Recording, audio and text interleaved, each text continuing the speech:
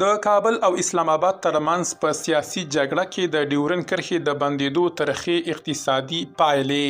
آیا پوهیږئ چې د تورخم او چمن لارو تړل کېدو دواړو غاړو ته څومره ملامتونکی مالي زیان اړولی دی؟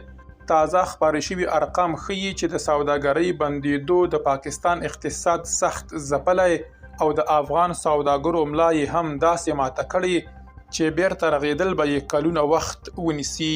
پوره جزئیات په ویډیو کې وګورئ. پتمنو لیدونکو ستړي مشئ.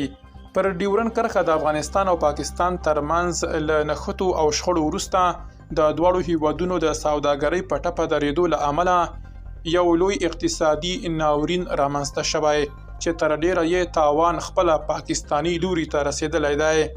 د پاکستان او افغانستان د سوداګرۍ او صنایعو د ګډې خونې لخوا په خپرو شوو تازه او رسمي معلوماتو کې راغلي چې په تیرو 8 میاشتو کې د لارو د پرله پسې تړل کېدو له امله پاکستاني سوداګرو ته تر 288 میلیارده پاکستاني روپیو چې شاوخوا 981 میلیونه ډالر کیږي مالی زیان اوښتی دی.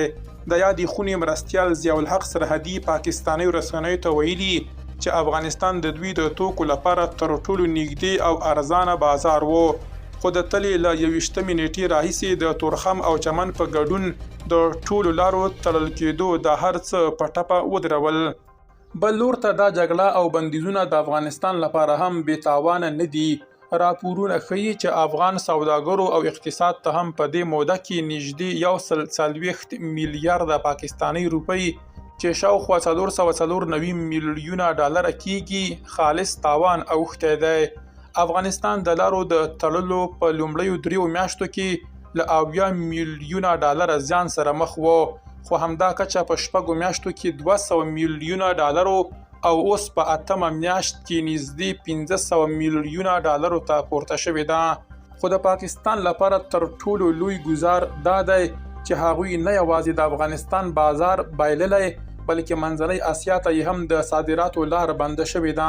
پاکستان په کلنۍ توګه د افغانستان له لارې منځنۍ اسیا ته د 800 میلیونه ډالرو صادرات لرل چې یوازې په تیرو 8 میاشتو کې په دې برخه کې هم 220 میلیونه ډالر مستقیم زیان سره مخ شوی دی.